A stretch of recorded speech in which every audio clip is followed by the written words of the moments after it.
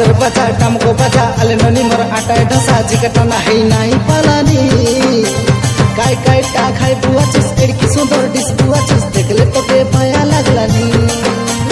बाजर बजा टामको बजा अले नना मोर आटाय ढसा मजनू के छड़ी उठी ना जानी खोची हेली बुई आटाय झाली तो संगे बुई नाच के बोली मारी अच्छे मोती और मोली तोर कोली आटाल सोलसी गलानी मुई बया हेली देखी तोर जवानी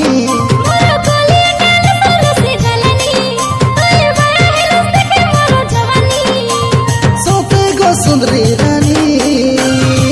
देखी मोर नुआ जवानी मोर तर दिल दीवानी देखी तोर नुआ जवानी देखी मुई बहलिनी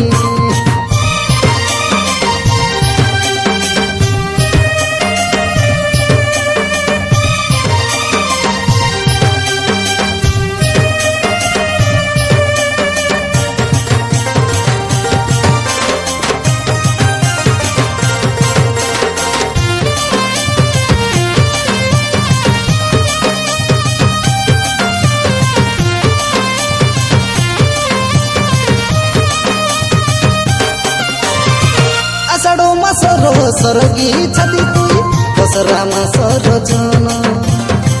दिन राति तके देखी देखी रवि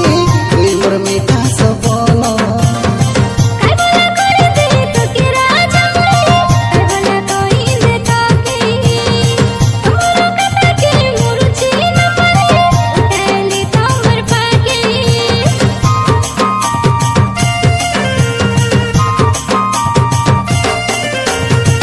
आषाढो मासरो सरगी छाती तुई दसरा मासर जन दिन राति तके देखी देखी रवि तुई मोर मीठा सपन काय बोला करे दे तो के राजा मोरे काय बोला कोई दे तो के मोर कथा के मोर छीन परे उठैली तो मोर पाके मोर पान पतारा पर मोके मोर गला तेरी उठके मोर पान पतारा पर मोके मोर गला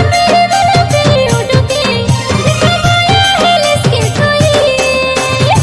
देखी मोर नुआ जवानी मोई तर प्रेम दीवानी देखी मोर नुआ जवानी मोई तर प्रेम दीवानी